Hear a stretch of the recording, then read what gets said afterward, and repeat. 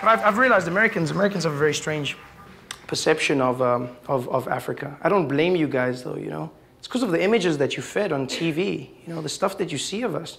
You just get all these UNICEF ads, you know. Those infomercials, those are horrible. That's all I've seen of home, you know. Because you've got these people and they're really gaunt and they're skinny and they're just like, you know, and they've got the kwashiko and everything and they just look as horrible as possible. They just get there and, you know, they're shooting this and then Penelope Cruz will start talking as the woman's holding her starving baby in her arms and they'll come in and be like, every year more than 5 million children are starving in Africa. You can make a difference if you donate $10 a month.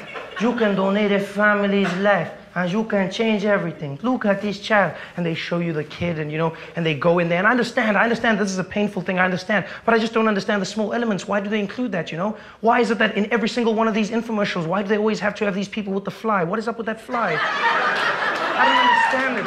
What is going on with the fly? There's always the flies.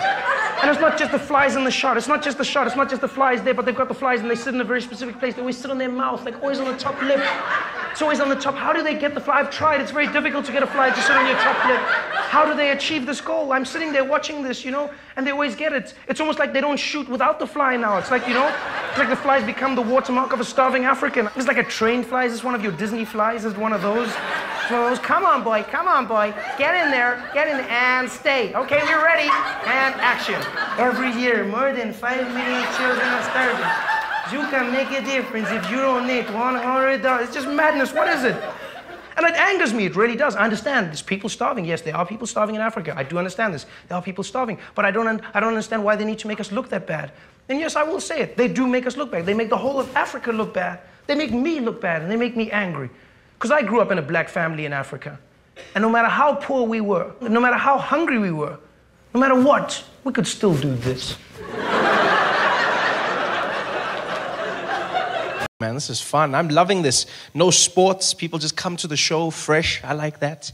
I hate it when people come after sports. I have to hope that your team has won. It's just too much pressure on me, you know? Last week, the Springboks lost. People came to the show. They were grumpy.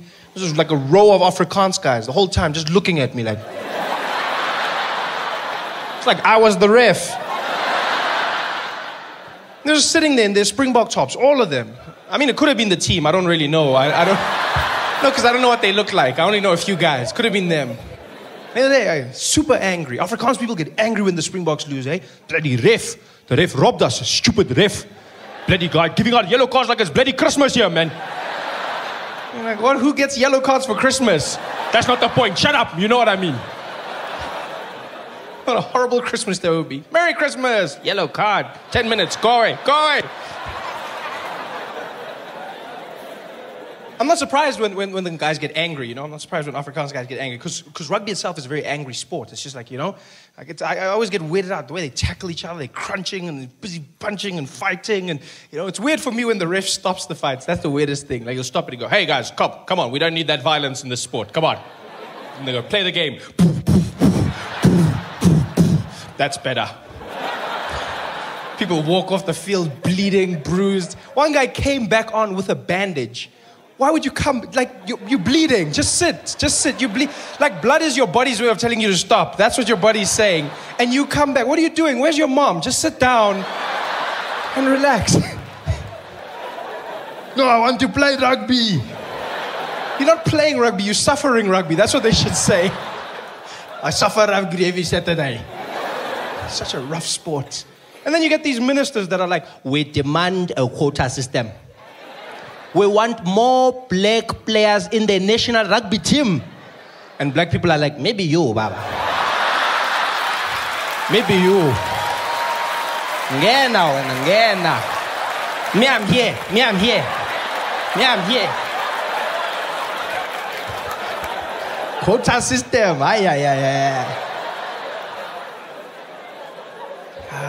It's tough.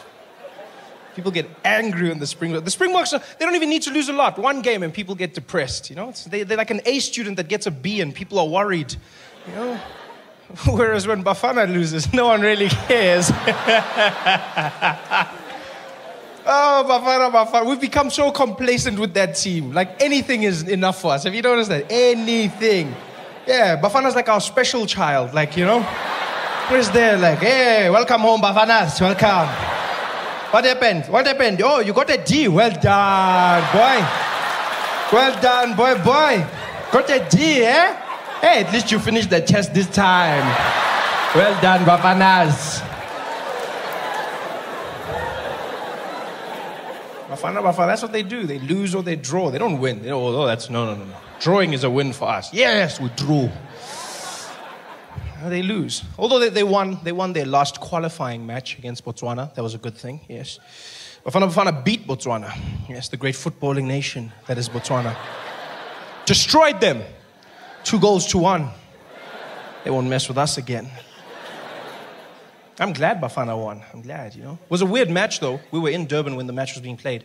And it was a weird day because Bafana won, but then they weren't through yet because we needed Ethiopia to lose in order for them to go through, which is always weird. Bafana does that to us. You always have to support other teams and them. It's so much stress. Now you're there. Come on, Gabon!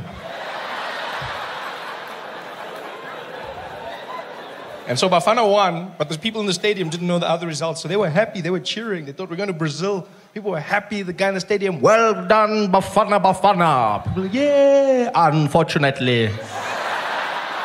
Ethiopia has qualified for the Brazil World Cup. It was the first time in my life I heard a depressed and confused vuvuzela, eh?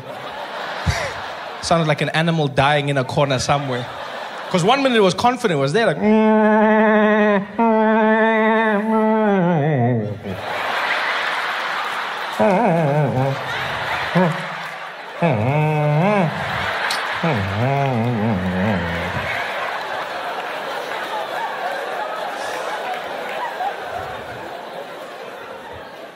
But it's good. It's good that they won, you know? They needed to win. The only reason I want Bafana to win is because whenever Bafana loses, xenophobia goes up in South Africa. Yeah, this is a trend I've noticed. I started seeing this. It even happens at the matches. Zambia played against Bafana, beat them, and then when the Zambian team was leaving the stadium, the Bafana fans started throwing stones at the Zambian bus. Yeah, throwing stones, thousands of fans. Could have hurt the people badly. I don't know why they weren't throwing at Bafana, because they didn't win.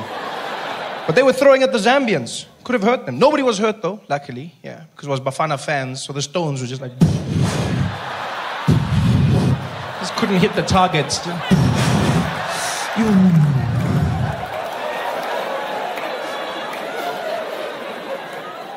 Xenophobia always goes up, yeah. It's gotten so bad that foreigners have started supporting Bafana now. You go to the matches and you'll see giant guys in skinny Bafana shirts shouting, Jabalada! Jabala, can I go pass that ball for him? Pass that ball for that man. That's it, Nigeria can take that ball. You can now shoot that one. Why don't shoot for that man? Why don't shoot for him? You're like, yo, man, you're Nigerian. Support Nigeria. It's like, I support my life, huh? Don't worry about me, I support my life. And I can store that thing for you. Oh, goodness.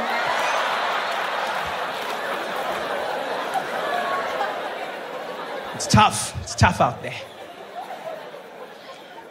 But it's good times, though. It's good times. It was a good game to be at, the Bafana versus Botswana. A lot of people came out to the stadium to watch, you know.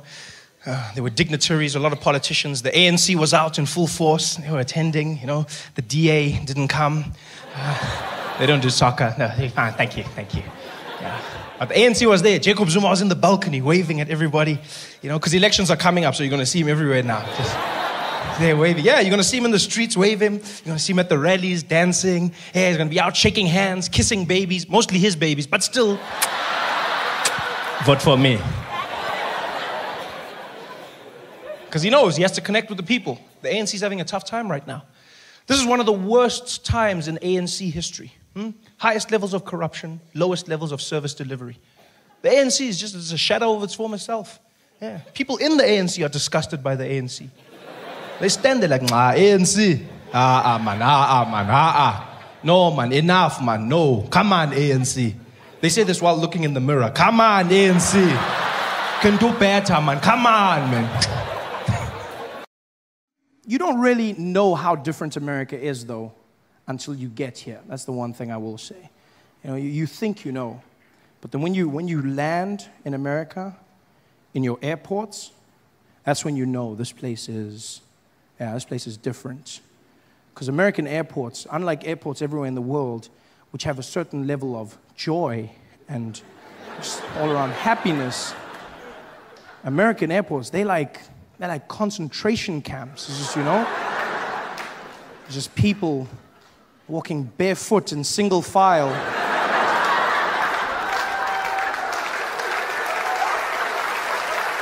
Oh, it's no joke. There's even signs that say no jokes. You don't, you're like, really? It's just insane. You walk through those airports and you have to do things in American airports you don't do anywhere else in the world, you know? Like you have to take your shoes off. Your shoes come off. And you don't know this as a foreigner, but they don't care. They're like, you, take your shoes off. I'm like, my what? Your shoes, take them off. Like, why? For safety, sir. I'm like, I'm keeping them on for your safety, my friend. You don't do it anywhere else. But then you come out here, you have to take off your shoes and you have to take your jacket off to walk through the metal detector. And they are mean about it. They will shout to you. They're like, you, take it off, take it off. And you don't know what to take off. You don't take it off anywhere else, so you don't know what to take off. So you're like, you, take it off. Take what off? Take it off, sir. Take what off? Take it off now. What? Your clothes. Take them. My clothes?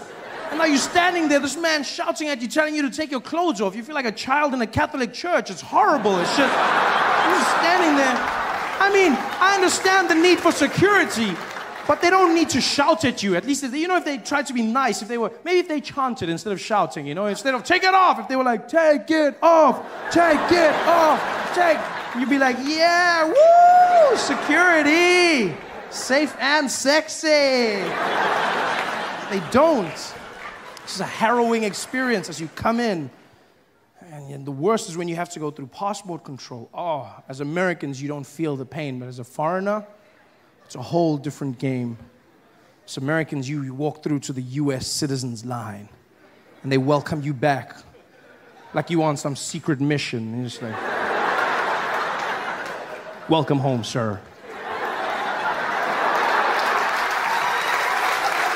You know?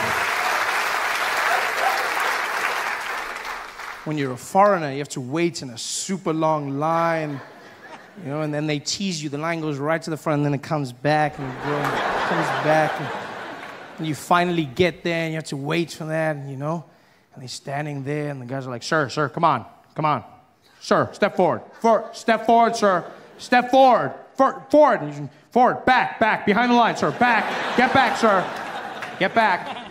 And, you know, it's a stress. You're standing there, and now you have to answer questions. Horrible, like you don't understand. It's the stress, you know? You're standing there and you don't want to get any of the questions wrong, because just like school, they'll send you back.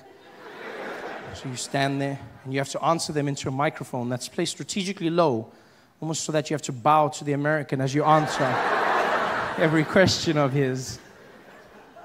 I ask you these questions you feel like you know the answers to, but when you're there, I mean, I just handed the man my passport, to which he replied, "Is this you?" Never before have I felt so much pressure to look like myself. I was like, I was younger then. It's horrible. And then he starts rattling them off. It's your first time in the United States of America, sir? Yes. Your first time, sir, is that correct? Yes. Sir, what is the duration of your visit out here? I'm going to be here for 6 months. 6 months, sir? Is that correct?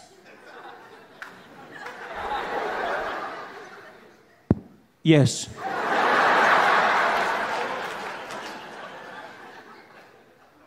Sir, what is the purpose of your visit in the United States of America? I'm here for holiday. Holiday, sir? Yes. Which one? My one. Could you elaborate, sir? Holiday. Yeah, what do you mean holiday, sir? You know, like holiday, like, woo, woo, woo. Yeah, holiday. Yeah.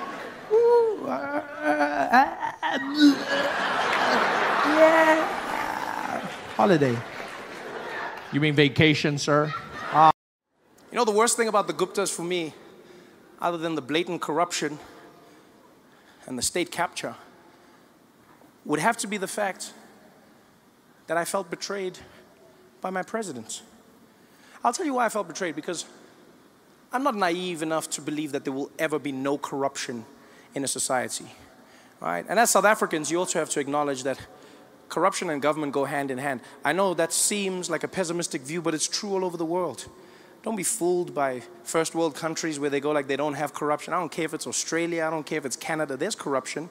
They've just found ways to legalize it, they've found ways to obscure it, but there's corruption. The difference is, though, we need to get good at functional corruption. Our corruption is extreme, guys. We get a tender for 10 bridges, we build nothing. No, guys, build 9, still 1. At least have some progress. Eh? Now there's no bridge. My man, what happened to the bridge? It was supposed to be there, just imagine. Just imagine it was there.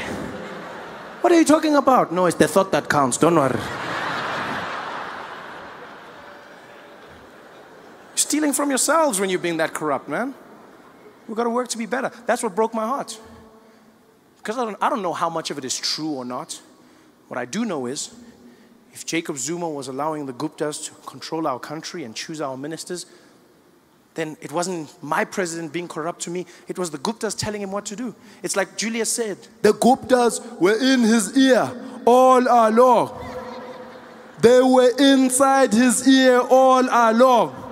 And you know the way Julius sounded, it sounded amazing, because like, I get the phrase when they go, they were in his ear, but he said they were inside his ear.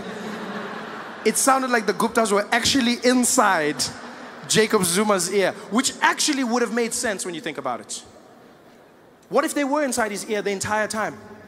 How do we know that every single time Jacob Zuma was speaking to us as a nation, he was actually telling us what the Guptas were saying to him? Like he had one of those earpieces that they have on those hidden camera shows. You know? Like he was there in Parliament, outside Parliament, there was a van with the Guptas sitting inside it. Hello, Jacob. Jacob, I've activated your earpiece. You're going to repeat everything that I tell you, okay? Jacob, can you hear me, Jacob? Can you hear me? Roger. No, it's Atul. This is Atul here, Jacob. I know who it is, guys. I've got it. I know who it is. Okay, let's just make sure levels are all correct, Jacob. 1, 2, 1, 2, 1, 2. Okay, what do you want to do? No, 1, 2 like 3. 1, 2 like 3. 1, 2 like 3. Oh, okay. I've got you guys, so I must just repeat everything that you say. Yes, you're going to repeat everything, Jacob. Okay, it's going to be very complicated. I'm trying to listen to you while also speaking. We understand, Jacob, but you know, we've already made a plan, you and us. So repeat everything that I say, okay? Okay, I will repeat everything. And that's probably why things went wrong. Because I don't know if you've ever tried to listen to someone while talking to someone else. Your mind jams. Yeah, that's why Jacob Zuma could never deliver a speech. It's not that he couldn't read, he couldn't listen. He couldn't listen and speak at the same time. I used to watch him and be like, what's going on, Jacob? Kinkari, your YouTube is buffering. What's happening here? This is why data must fall. But it turns out he was just listening the entire time. There he was in Parliament. The praise singer said his name as he came. Get that thing, sir. Jacob. Now president was in South Africa. Jacob Zuma. Jacob Zuma came out to the podium. His earpiece was ready. Good evening, everybody. Good evening, everybody. Proud South Africans, and Indians especially, We are doing well in this country. We are doing well in this country. And also, don't listen to the news. Don't listen to the newspaper. The newspapers, even though what they say is right sometimes. Also, there is no problem with the ANC. Also, there is no problems with the A and C. The membership is growing. Membership is growing. We currently have 939,360,000. 939,000. No, 39 million. 39 million. 60 and 62. No. 390 million. 390. No, I said 900 million. 62,000. No, Jacob, you're missing the point. 100 million. No, Jacob, come on, man. Listen properly. Listen properly. Listen properly. No, Jacob. Listen properly. 900 million. 900 million. Give me a pen there. Hey, Pelele. No, Jacob. 100 million. 39 million. 63,000. Oh. What are you doing? Jacob, no, man. That was just a tickle and a cough. Tickle as a church cough. Okay, this is going wrong, Jacob. Abort, Jacob. Abort. I bought.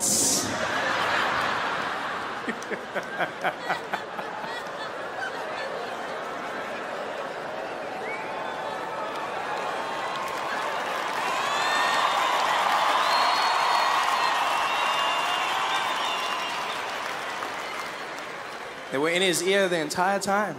And so the best and worst experience I had learning American happened to me when I first moved to the US. I lived in California, in Pasadena, when I first came to the United States, right? And the reason I lived in Pasadena is because that's where I knew my first American friend, a guy by the name of David Maya. He came to South Africa to film a documentary. We became the best of friends. And one day we were hanging out in Dave's apartment. And Dave's chilling on his beanbag. And he looks over at me and he's like, Trevor, dude, I don't know about you right now, but I'm starving. I said, I think you mean you're hungry, Dave. I said, what? I said, doesn't matter. What do you want to eat? So you know what I'm craving right now, man? I'm craving tacos. I was like, oh, that sounds like fun. Let's do it, man. Let's go to tacos. What? So isn't that the restaurant you're craving? Tacos? Are you being serious right now? You've never had tacos? I said, no, I don't know what tacos is. You've never had tacos? My answer hasn't changed from now, Dave. No. I've never had tacos. You've never had tacos? And by the way, I hate it when people do that. You know when people ask you the same question over and over again because they can't believe you haven't had the exact same life experience? You know that thing people do? Like with everything, they're like, oh my God, have you heard the new Beyonce? No, I have. You haven't heard the new Beyonce? No, I have. You haven't heard the new Beyonce? Oh no, now I have. No, I'd never had tacos, right? I'd never had tacos because in South Africa, we don't really have Mexican food, okay? We don't have Mexican food because we don't have Mexicans. They never came over. It's not my fault. Dave was personally offended. I'll never forget, he jumped up and he was like, dude, I cannot believe you've been in America all this time and you've never had tacos? I said, Dave, why is it such a big deal? He's like, because, Trevor, nothing says America like tacos. I said, really? Nothing says America like Mexican food? And you know what's funny is I feel like in that moment, I feel like Dave was being profound.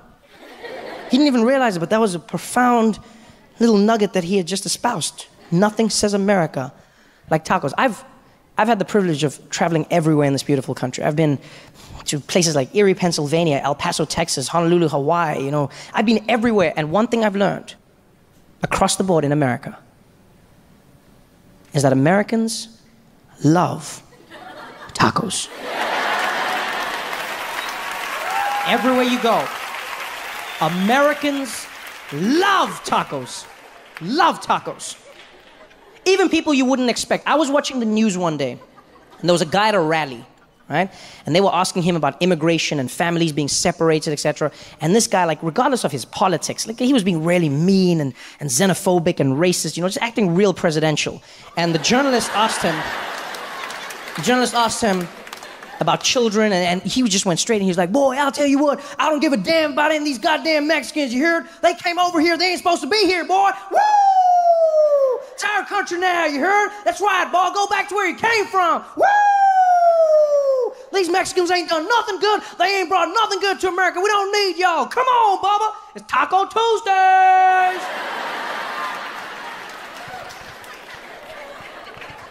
Get out of here, but leave the recipes. I feel like there should be a rule in America. They should say, you can hate immigrants all you want, but if you do, you don't get to eat their food. Yeah? That's a fair exchange for me.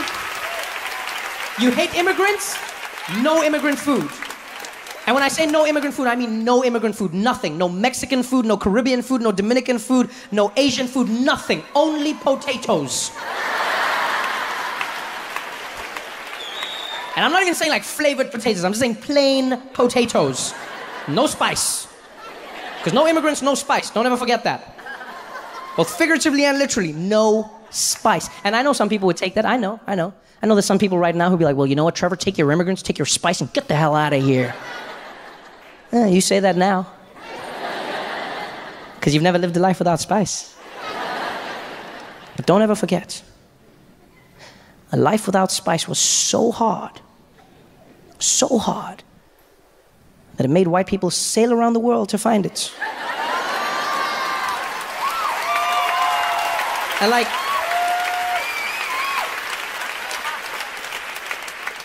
this wasn't regular sailing. This wasn't like a Disney cruise.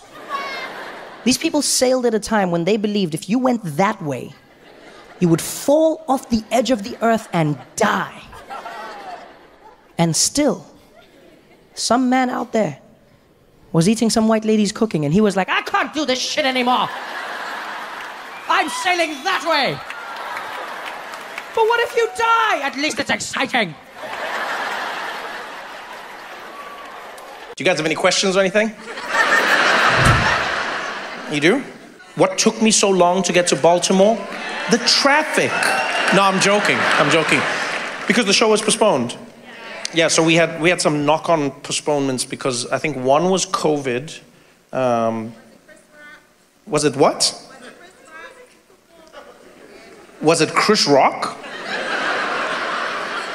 I like you. What's happening? Like, bring me into your world. Wait.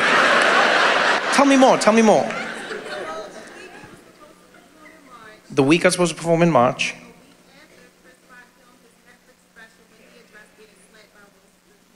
A week later, Chris Rock filmed his special where he addressed getting slapped. Did Chris Rock knock me off? No. I love that you were watching all of this and you were like, ooh. This is amazing. You thought Chris Rock knocked me out of Baltimore and then I couldn't perform because of him. That's amazing. No, first of all, Chris would never do that to me. Like, as comedians, especially comedians who are friends, we do a good job of knowing where everyone's performing. But I really love this idea. You thought I had beef. I was sitting there. You were watching Chris Rock's thing, waiting for me to come out and slap him. Keep my week out your month.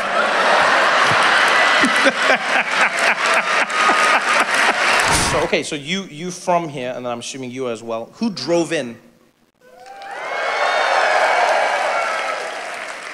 It's amazing to hear the difference in pitch. When I said who's from Baltimore, I was like, woo. And then who drove in, you're like, woo! We get to leave. You had a very different tone and pitch. No, I've had a good time. You know, the aquarium was fun. You know, yeah, the aquarium's beautiful. Took like a walk. There's a lot of history out here as well. Like everywhere you go, you're like, damn, that happened here. That person's from here. This thing, you're like, wow. It's pretty impressive. You know, a lot of it historical, but still, you know. No, it is pretty impressive. First black governor? Congratulations. Wait, are you the first black governor or you? No, I don't know. You could have just been telling me that I'm first black governor. I don't know. I don't know.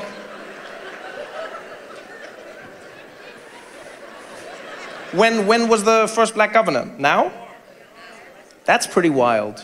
Oh wait, Wes is here? That's here? Oh, damn. Oh, I wondered where Wes was. Okay. Oh, damn. It's pretty wild that in 2023 there's still like first black anything. No, you would have thought by now that would just be like, second? Oh, there we go. Damn, that person's like, he's the second! I am the first! Like how we've got all the governors here. Me, damn you! Don't you dare steal my legacy! You look very tall, Jordan. You play basketball? Football. Oh, okay. That makes sense. There's a weird statistical, it's basically just like a rule in America. Once you are above a certain height, I think it's like 6'5" or 6'6", then statistically you are a pro athlete in one of the sports. No, it's true. It's true. It just is. It's like once you get beyond a certain height, it means that you've probably played one of the sports at a high level, college or further. So it's like that's why I asked you the question. So you play football? You did play football, like American football? Oh, I don't. You like I don't do soccer, man. I like that. I don't do soccer. Not I don't play soccer. Not I haven't played. I don't do soccer. I loved watching football as a kid growing up. And we never had American football in South Africa, right? But we would see it in movies and we never knew what was happening. It was amazing because we'd like watch it on TV, and we wouldn't see the full games. There would just be moments and sometimes in movies, and then we would try and do it ourselves because we loved American culture. And then we would just like stand there together as kids and we're like, you can be, you can be, yep, yep, yep, yep, yep.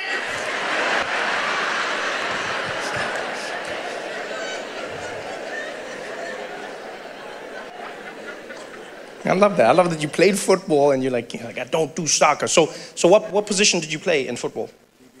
Say again? DB. Cornerback. What does the DB have to do with cornerback? How does that work? No, I'm ignorant. Help me out. What is defensive back? Okay, so, and this is a stupid question, I know. So you're playing on defense. Okay, so wait, help me, because I know, I'm familiar with all the people, I just don't know like the actual like designate. So were you the guy who's like doing this while the other guy's trying to catch the ball? Yes? That, I love your position. You're like a professional hater, that's what you are. I always think everyone in life has that person where you're like trying to do something in your life, you're like, I can do it, and someone else is like, no, you're not gonna make it, no.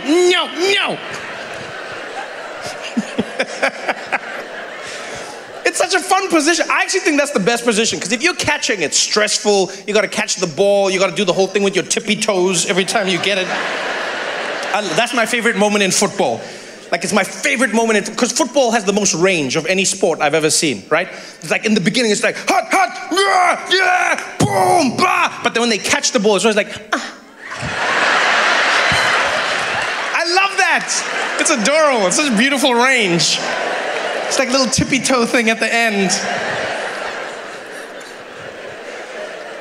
But your job is fun. Because your job, you don't have to like catch the thing. You just have to run really fast and then just like get the guy. I like that. Were you good? Yeah? I like that. Jordan's like, of course. Of course I was. That's a dope sport, man. It's really exciting. It's crazy and scary, but it's fun. It's fun. And so you're done now in life. Not in life like that. No. Don't be like that. What I mean is like, no more football. No more. Okay. So I see you here with a lovely lady. Who is this, Jordan? Michelle? I like how you're not like, you don't give her a designation. No, and not in a bad way. Not in a bad way. Watch out for your phone. I like that. I'm like, who is this? And you're like, Michelle. Most people would say, this is my girlfriend, this is my wife. You're like, no, this is Michelle. And I'm Jordan. Your girlfriend. Okay, I wasn't trying to pressure you at all. I wasn't trying to pressure you. How are you, Michelle? You doing well? How did you two meet? Hinge? Oh, look at you. Oh, congratulations. That's a beautiful matchup. What did you like about his profile, Michelle? Say again? His height? Wow. You know what I love? I love how like women can just like say something like that and just carry on with their day. Cause like, let's be honest, if like I asked Jordan, if it's like, what do you like? He was like, her boobs. People would be like, no, hey, boo. Come on, man. Say something else. And you were like, he was tall. I'm picturing you before that moment, Michelle. You were just spending the day in the house, walking around. There were a few things you wanted hung up. You got on Hinge, and you're like, yep, that's him. That's him. You had flashbacks to your future, all those items in the supermarket you could never buy before.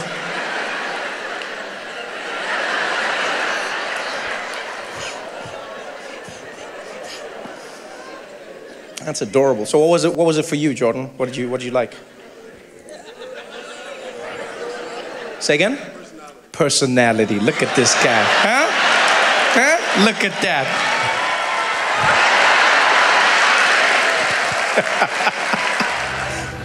And I get it. If you liked Trump, voted for him, and you were happy with him, that also makes sense to me. But there were people who voted for him, and then when he did what he did, they were like, I can't believe he's doing this. I can't believe. Well, I'm sorry, what can you not believe?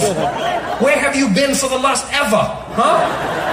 I didn't think that he would. You didn't think he would what? You didn't think he would what? Be him? There's no surprises with Donald Trump. That man didn't change. He didn't evolve. He is who he. What do you mean you're surprised? I just thought he would be a better president. Why? What gave you that inclination? The man is a cartoon villain. He looks like he belongs in an episode of Scooby-Doo. Like, he should be in that lineup. You know when the gang is trying to figure out who it is, and they've got them all lined up, and they're like, who is it, Scoob? Who do you think it is? And he's always like, the guys are like, it's not me, I promise you that much. And he's like, I didn't do it, it wasn't me. And he's like, I'm innocent, so innocent. Some say the most innocent person who's ever lived. You'd be like, yo, nothing is that guy. Nothing about him doesn't scream villain. The hair, the face, the way he speaks. How did people vote for him? I don't get it. I really don't. I mean, I do. You know, I don't understand it. Maybe I don't understand it. Because I do know why people voted for Trump, right? It's the reason Americans vote for any president. You know, I've learned in this country, people love to vote for presidents who have a strange voice.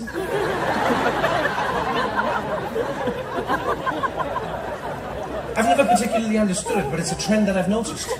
If you run for president in this country and you have a normal speaking voice, you don't get anywhere. Yeah, you don't. You just come out, you're like, hey everybody, these are my policies. People are like, boo, no way. But if you have a strange voice, you win. It doesn't matter what your policies are, it doesn't matter what you talk about, just have a real weird voice and you're done. No American president has had a normal speaking voice, none.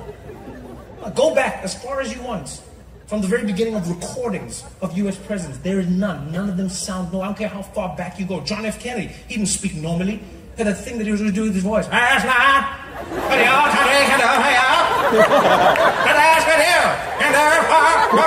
sorry, nobody talks like that. I don't care what you say. Nobody. So you telling me that man was standing in McDonald's like, could I please get a number one with a large fries? And one McFlurry, please. What do you mean the ice cream machine is broken? That's not normal. Nobody speaks like that. No American president spoke normally. None. None. Bill Clinton, he didn't speak normally. He just did that thing with his voice, like he's trying to seduce people. He's like, oh no, have sexual relations.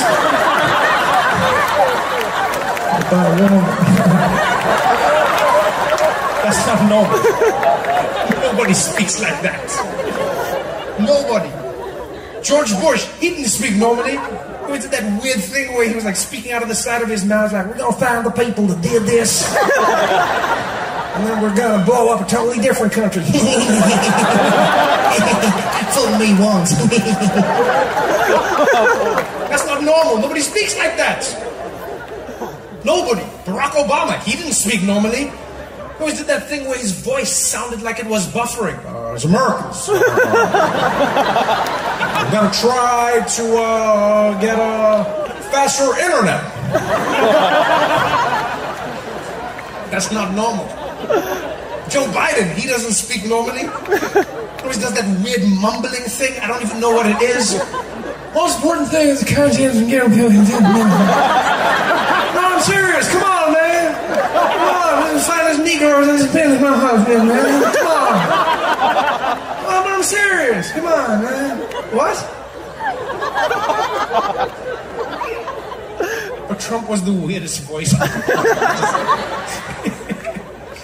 His voice had no rhyme or reason. That's what gets me. It's like I never know where it's going to be and why it's going to be there.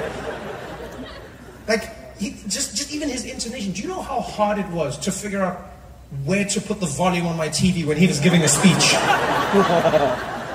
Because you never knew. It was always high, it was low. You didn't know when it would happen. I would set the volume, put the remote control down. He would speak. And I know in this country, so many, and so many, and so many of them, there's so many have come. And I asked them, why are they so many? Then there's a good butcher little baby. And it's coming out of the shower. But it won't come out of the window. So then, so strange. Sitting there at home trying to ride the volume like a terrible DJ. It wasn't normal. Sitting there the whole time. I actually like watch the whole with the remote in my hand. Just like, oh, not too loud, not too soft, not too loud, not too soft. Reminded me of when I'd be watching porn as a kid.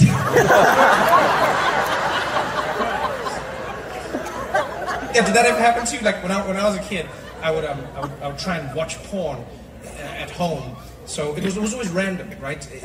Like we didn't have ready access to porn when I was growing up. If you're old enough, you know what I'm talking about here, right? Because now there's just porn everywhere. There's a crazy world. Too much porn, if you ask me. No. I think like porn is fine. It's good for people to watch porn, enjoy yourself, have a good time. But now there's too much porn. It's available all the time. I think it's messing with young men's brains. You know, it really is, because like they watch porn and then they go like, "This is real life," but it's not real life. You know, and they get their minds warped. They're just like, oh yeah, you just walk up to a woman and it's like,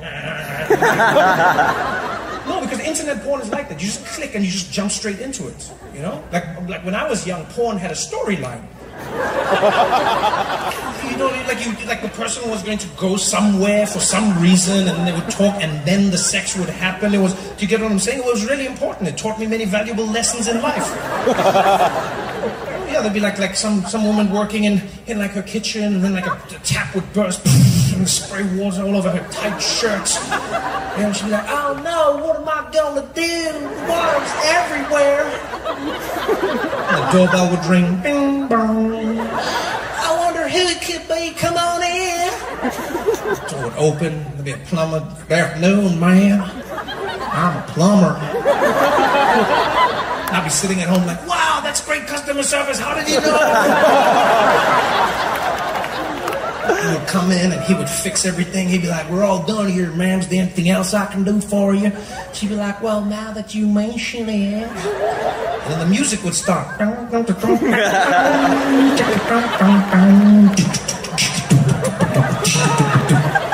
then they would get it on. I would get into it and be like, yeah, you want it, baby. Give it to me, darling. You want it. Clean your pipes. Clean those pipes, baby. And that porn was healthy for me. It taught me lessons about life. It made me realize there was a story involved in meeting a woman and having sex. I would have to engage her. I'd have to speak to her. You know, I understood this. I realized that the music would set the mood. It also taught me about consent. Do you want it, baby? Give it to me, darling. Do you want it, baby? Give it to me, darling. Most importantly, it taught me if I wanted to have sex with a woman, I was going to need to get a job. Valuable lessons that are now lost. internet instant porn. You just click on a video, any video you want, anytime, it's ready. You just type in porn, anything. Any category as well. Type in porn, anal, bam, category. You can't just jump into anal. Do you know how crazy that is? It's gonna be like your birthday or something, you know? And that's what I think is creating a lot of these kids, these young boys who are angry. They watch porn with no storyline, no context. The people don't talk to each other. It's just sex. And then they meet women in real life, and then they're like, and they're like, what are you talking about? Like, why doesn't she like me? I think there should be a law. There should be a law that there's like only a certain amount of porn that you can watch on any given day, or they should make porn a little more realistic. That's what they should do, you know? Because young guys get angry. They meet women in real life, and they do the porn thing. They're like, oh, you want me? She's like, no, thank you. He's like, I'm gonna shoot somebody. Yeah, they lose their minds. They become incels. They become no. They should say, not all porn has a good ending. That's what they should do. Yeah? Because then, when the kids watch the porn, they'll start to understand a little bit more about life. You know, they'll click on the porn, and then like someone will be there, and it'll be like, you know, it'll be like, oh, stepdad walks in on stepdaughter getting dressed, and they'll click on it, and then, you know, the girl will be there, and she'll be like, oh, stepdad, and you'll be like, yeah, you look good, and she'll be like, you're a creep, get out. And I'm gonna tell my mom, and she's divorcing you. This shit is over. End of porn. People are like, well, I guess I shouldn't do that.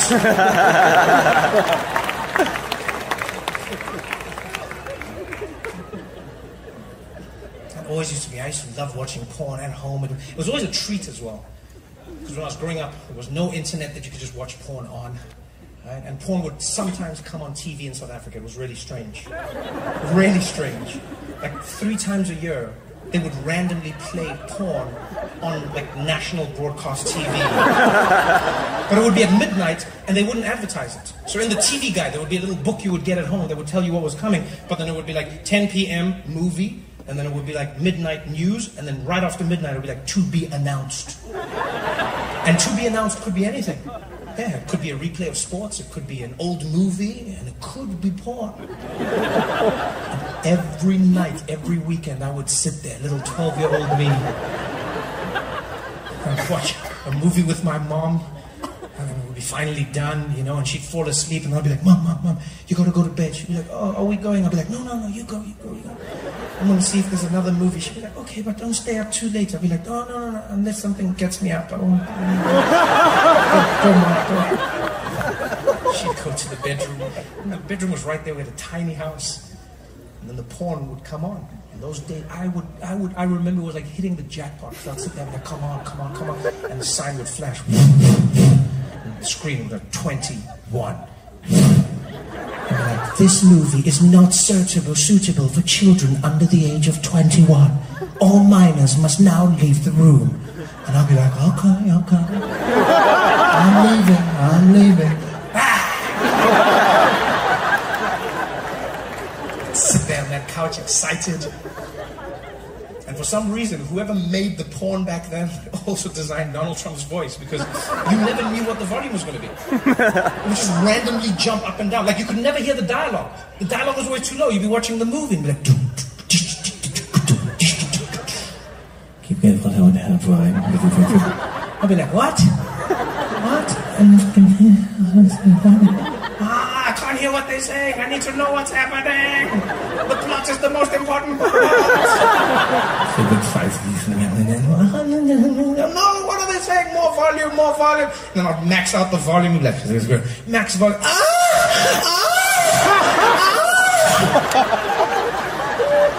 I changed the channel to National Geographic. My mom would come flying in the room. What's happening here, Trevor? What's happening here? I'll be like, oh, nothing, Mommy. I'll just be sitting there with a pillow on my lap. There's nothing, Mommy. What was that sound? I'll be like, it's the hyenas. They're fighting the lions. She'll be like, oh, okay. Oh, I thought it was something else. Okay. Don't stay up too late. I'll be like, no. Okay, good night, Mommy. Good night. And she'd leave. I'd be there, my heart pounding. It would just be me and Richard Attenborough. Just sitting in the room, that voice. The young boy sits in his room, having successfully evaded his mother's questions. The lies have worked, and you live to fight another day. This is the circle of life. Yo, OC, you guys are having fun tonight, man. Thanks for coming out, guys. Drive safe out there. I appreciate you for coming back. If you held on to the tickets, if you knew at the show, thank you so much for being here with us. Have a good night, y'all. Thank you.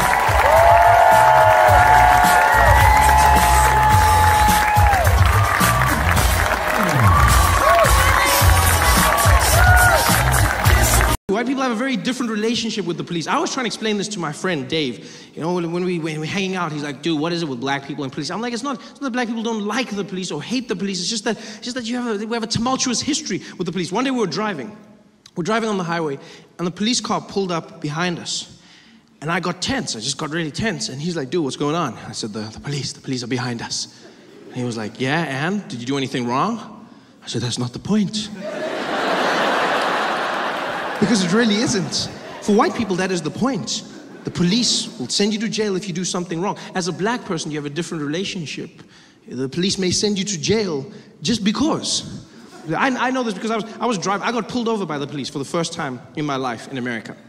And already I'm not very comfortable when driving in the United States, you know. Not because of the other side of the road, but because of the other side of the car. I'm not used to that. You know, I always get into the car on the wrong side. I'll be shopping, and I'll come back to my car confidently, and I'll jump inside and put the things down, and then I'm like, ah. And then instead of getting out, I sit there. I always just sit there.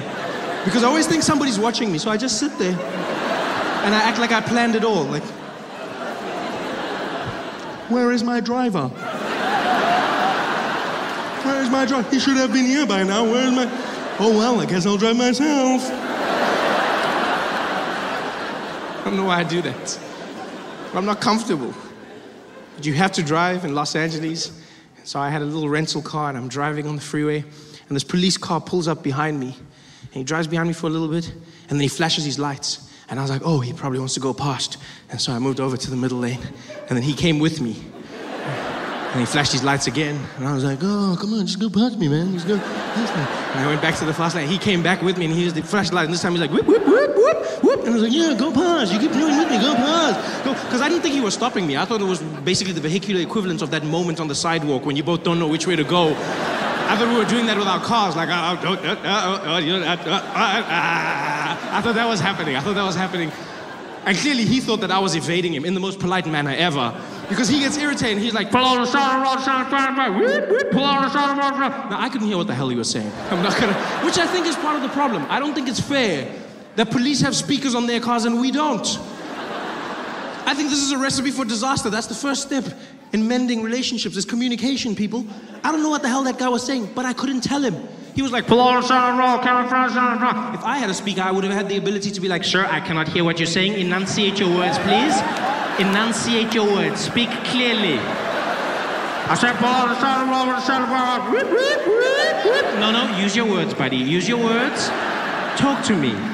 Talk to me. What do you need? Pull over. Pull over. I'll be like, okay, I will be pulling over right now. Thank you very much. Like, it would be more effective. But I didn't know. So I'm then, he's like, pull over. I'm like, I don't know what the hell you want to do. I'm like, what are you talking about? He's like, pull over. And I panicked. And so I stopped. I pulled over right there where I was on the freeway, which apparently you're not supposed to do. I didn't know this.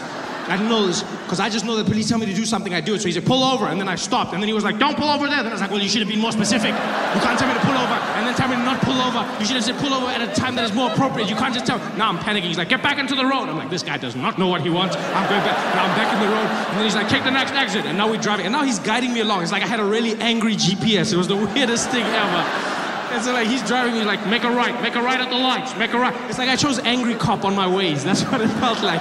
He's like, turn left, oh no. I said left, turn left, no. Recalculating. When it is safe, Mickey.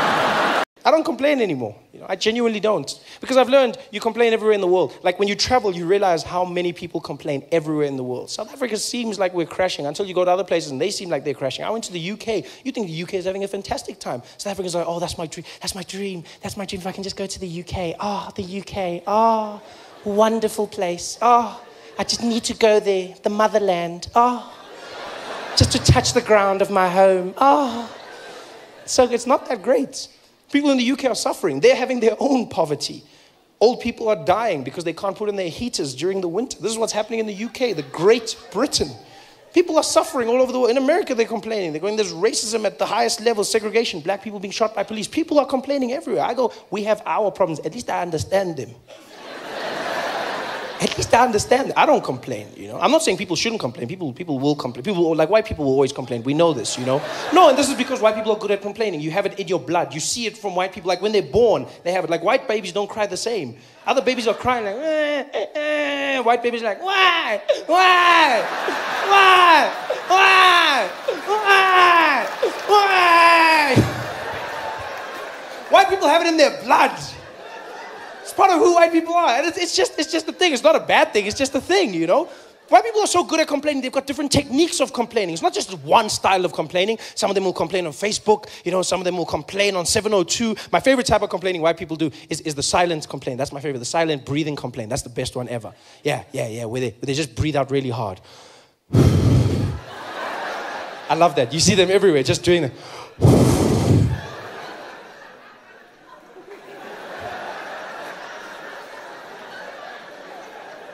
The best is it almost multiplies by more than what it is when two of them see each other. That's it, like it becomes a powerful thing. That's,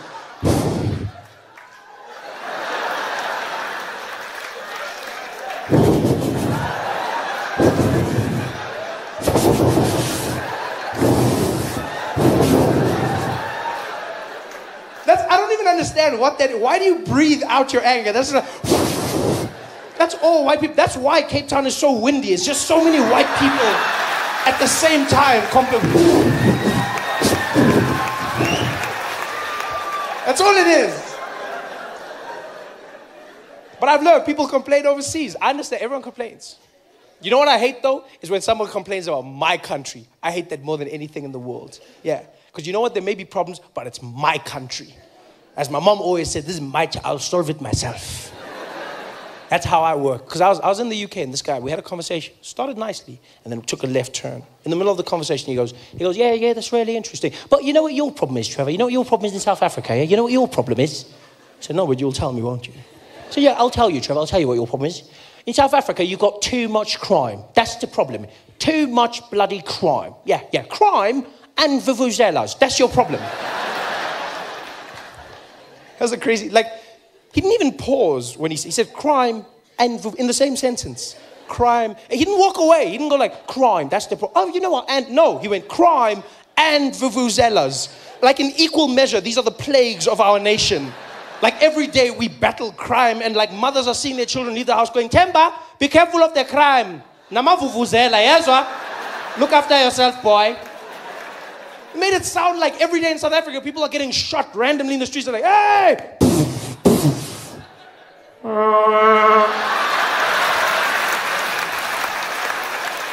Crime and really? And vuvuzelas? When the hell did the vuvuzela become the most hated instrument in the world? I don't understand how this happened. I don't understand how we allowed this to happen as South Africans. We just bowed down to the world. They're like, oh, the vuvuzela horrible. We're like, we're sorry. So no, I will not. I stand up for my vuvuzela. You know why? We don't have a vuvuzela problem. We never had a vuvuzela problem. Because before 2010, there was no vuvuzela problem. After 2010, we haven't had a vuvuzela problem since, yeah. During the World Cup, we didn't have a vuvuzela problem. We had a foreigners blowing vuvuzela problem. That's what we had. In South Africa, we should have a thing where you have to have a license to blow vuvuzela. You can't just come here not knowing vuvuzela etiquette, blowing it randomly. The English fans, the Spanish fans, middle of the day, there they are, 9 a.m. What are you doing? It's so much fun. It's wrong. What are you doing? It's fun. But it's my dad's funeral. Yeah, but still, it lightens the mood, doesn't it? We'll miss him. Like, what the hell are you doing? These guys blew vuvuzela. Then the world was like, oh, South African vuvuzela. No, South African vuvuzela in the wrong hands. That's what it is. That's what it is. Vuvuzelas don't make noise. People with vuvuzelas make noise. It's the wrong people. You know who should be blowing vuvuzelas? Qualified, skilled practitioners. Chiefs and Pirates supporters. That's who should be blowing vuvuzelas. Because there's never a problem with them. You watch them at those games. You watch them. There's always one guy in a corner. One guy. A mysterious man. You don't know where he's from, know where he's going. He almost just pitches up in the stadium by himself. And there he is with his vuvuzela. He's got those little mining hats that they've designed. You know, his uniform is like the Pirates logo, but it's painted on his stomach. He doesn't wear a shirt. And you know those stomachs that are hard, but it doesn't look fat. It looks like it's full of confidence. And those guys stand there and they blow their vuvuzelas in the corner by themselves. It is the sexiest thing you've ever seen. That vuvuzela will speak to you. That guy's just there in the corner.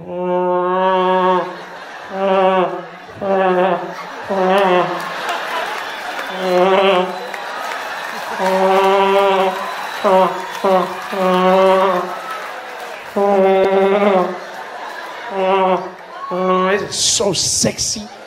You watch that guy standing there looking like a Zulu Kenny G. He's just, oh. How are you gonna hate on the vuvuzela? That's the best instrument in the vuvuzela is us. That's the sound of Africa. That's, you know, that's what I picture out on the Serengeti. On one of those like National Geographic shows. David Attenborough commentating. And as you look out, far into the distance of the African bushveld, you can vaguely make out the silhouette of the South African vuvuzela.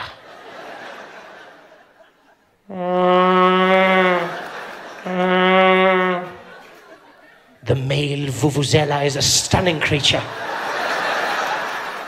And it is mating season now. He has roamed for kilometers searching for the perfect mate.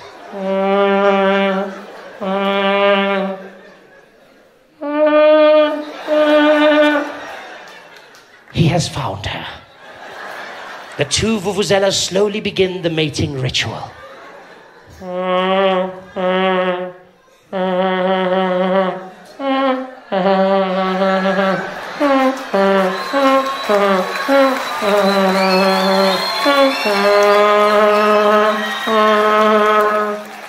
The female is impressed.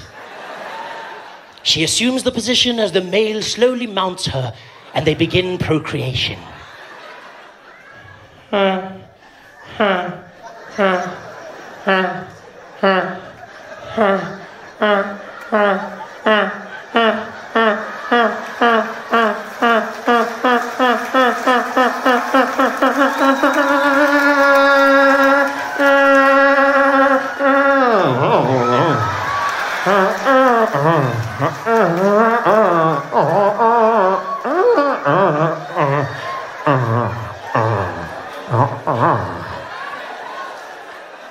The male is finished. He slowly moves away from the female. She seeks out for his approval and affection.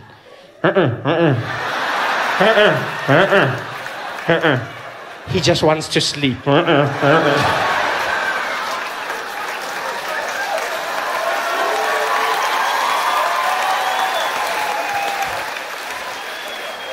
are you gonna hate on the vuvuzela? I love that. Hey there, thanks for watching. Now, all I need you to do is click on that little circle on your screen. Yeah, that one. Oh, yeah, just like that. Hold on.